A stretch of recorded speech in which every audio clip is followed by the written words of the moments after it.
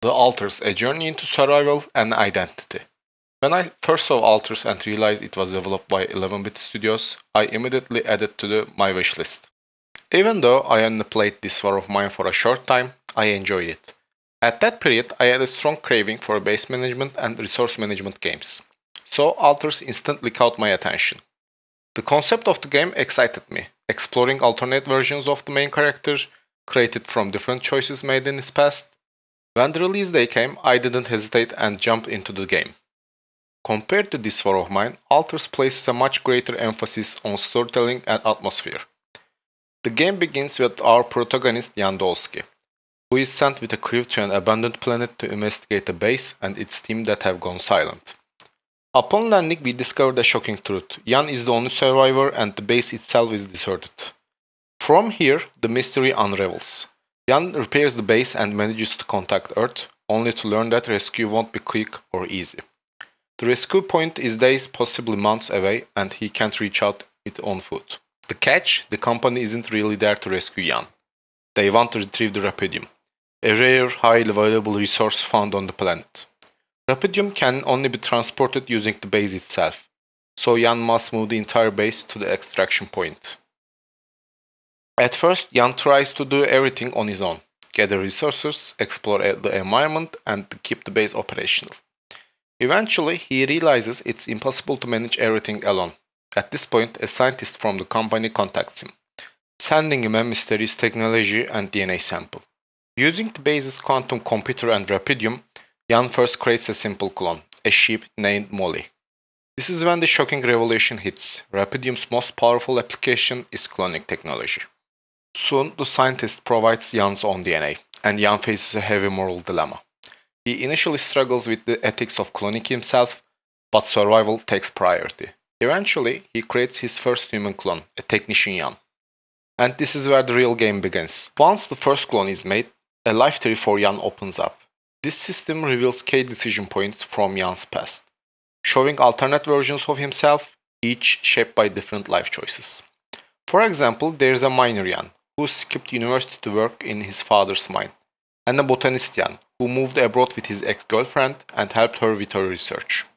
Each version of Jan, known as an alter, brings unique skills and buffs.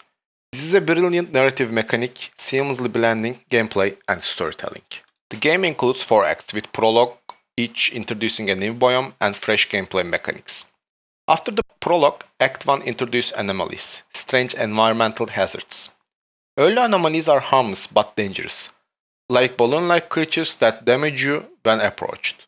Later, you unlock weapons to eliminate them more easily. The core gameplay revolves around exploring new regions, setting up mining stations at resource points, and managing your team of alters.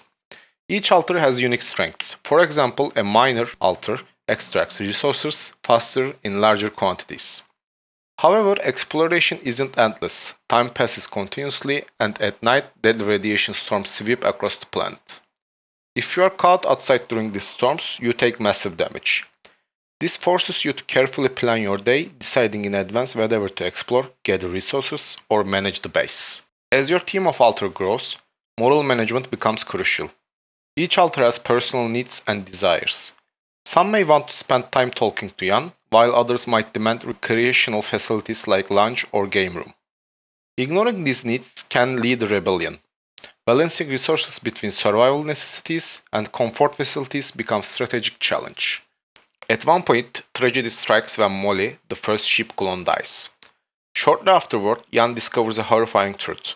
Every clone is slowly developing a fatal brain tumor caused by the cloning process itself. Scientist Jan presents 2 potential solutions. First, you can implant surveillance chips into the clone's brains to stop the tumor's growth. This solves the problem medically, but allows the company to track and possibly control the clones. The second option is to create an empty, mindless clone and harvest its brain tissue to cure the others.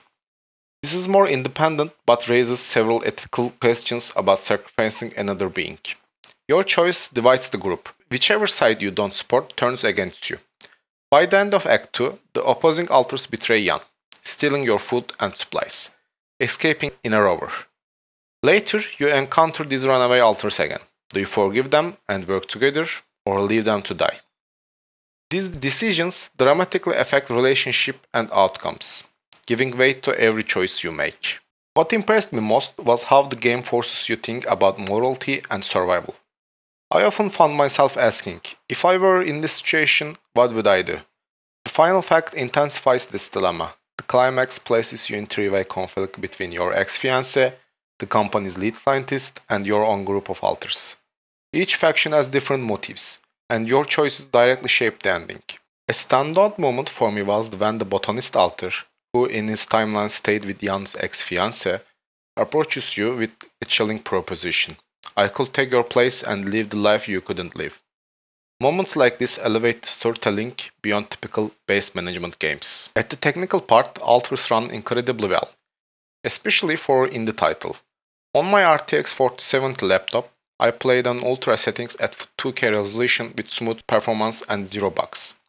Through my playthrough, given the state of modern releases, a bug-free experience is worth mentioning. The visuals are also impressive, with atmospheric lighting and environmental detail that enhance the mysterious vibe of the planet. While I truly enjoyed the game, there are a few minor issues. For example, moving your base between regions requires organic fuel, and there is a strict limit on how much organic matter you can carry. If your base exceeds this weight, you're forced to destroy valuable resources or even dismantle the part of the base. This mechanic felt unnecessarily restrictive and frustrating. Another minor issue is that the gameplay loop, explore, gather, manage, doesn't evolve much in the later acts.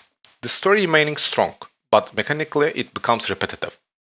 Each act you need to do everything all over again. You need to establish mining posts each zone again, discover new key upgrade items again, and while doing that, encounter same anomalies all over again. Even game starts strong at gameplay wise, it becomes boring near to the ending of the game.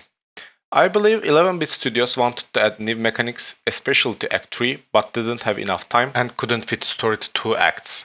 As I mentioned, only story and curiosity to ending carries you through Act 3. Despite these flaws, Alter is a story-driven survival and management game that excels in narrative depth and moral complexity. Its core strength lies not in revolutionary gameplay mechanics, but in how it connects story and mechanics to create an emotionally engaging experience. The final hours of the game were especially memorable, with impactful choices and multiple branching endings, but not memorable in gameplay part unfortunately. I finished the game reflecting on my decisions, something few games achieve. If you enjoy narrative-heavy survival games like this one of mine, but want more personal and psychological experience, Alters is absolutely worth playing. So my score to Alters is